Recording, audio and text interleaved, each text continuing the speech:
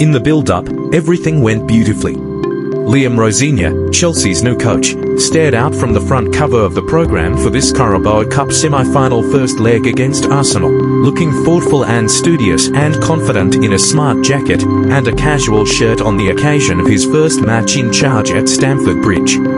If body language is important, then Rosenior struck all the right notes.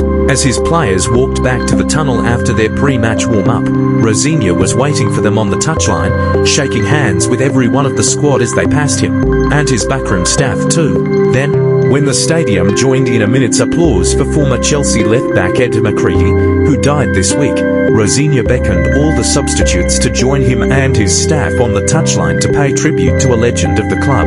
His arrival has brought at least hints of optimism amid the misgivings about the ownership. The announcers did their bit to try to help with identity, playing Our House by Madness and, as always, London Calling by The Clash. Some sang along as they watched flames shooting up from the side of the pitch. Things went downhill from there for Rosenior. All the feel-good stuff, all the benefits of emotional intelligence, disappeared into the cold night air inside 7 minutes. Declan Rice swung over a corner with pace and precision into the 6-yard box. Robert Sanchez flapped at it. Ben White leapt for it. Joao Pedro did not. And White headed it down, like you see in a textbook, and over the line. The goal prompted a rash of comments about set-piece FC. It was their 24th goal from a set-piece this season and their 18th from a corner. But it is hardly Arsenal's fault if opposition teams cannot cope with their corners and free kicks. That was only half Chelsea's problem anyway. Every time the home team tried to play the ball out from the back in the way that Rosenior favours, and Maresca favoured before him, they courted danger. Arsenal rushed them and harried them and forced them into mistakes, and spread anxiety in the crowd. This was always going to be a tougher baptism for Rosenior than Saturday night's 5-1 stroll at the Valley against Charlton Athletic in the FA Cup third round. Arsenal are the best team in the country. They are 18 points clear of Chelsea in the Premier League. This was always going to be tough for Rosenior, and that is how it proved. After conceding the opener, slowly Chelsea gained a foothold in the game. Joao Pedro latched onto a through ball in the Arsenal area, spun neatly and hit a shot across goal that was begging for a final touch, which did not materialise. A few minutes later, Esteval Willian lashed a pile driver at goal which Kepa Arrizabalaga did well to beat away even if it was straight at him. The fans' impatience with the attempts to play out from the back grew with every time Chelsea appeared to flirt with disaster in the face of Arsenal's relentlessly honed press, but for minutes after the interval, Arsenal doubled their lead with a move that started with a throw-in. Bukayo Saka ran onto it and turned Marco Kurella, who had been booked for fouling him late in the first half, inside out.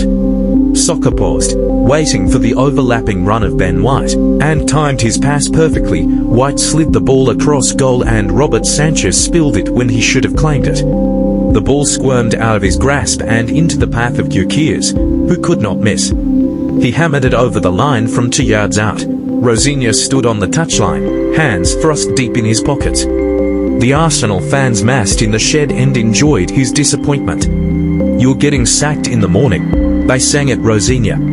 But Arsenal could only preserve their 2-goal cushion for 8 minutes. Pedro Neto broke down the right and his floated cross into the box caused havoc. The ball fell to substitute Alejandro Garnacho at the back post and he refilled his shot low past Arrizabalaga. That gave Chelsea hope, but they could not cling on to it 20 minutes from time. Gyökeres laid the ball off to Martin Zubamendi in the Chelsea box and Zubamendi drifted to his left before hitting an unstoppable shot past Sanchez to put the visitors 3-1 up. They nearly made it for when Mikel Merino ran onto a lofted pass and caught the ball sweetly on the volley.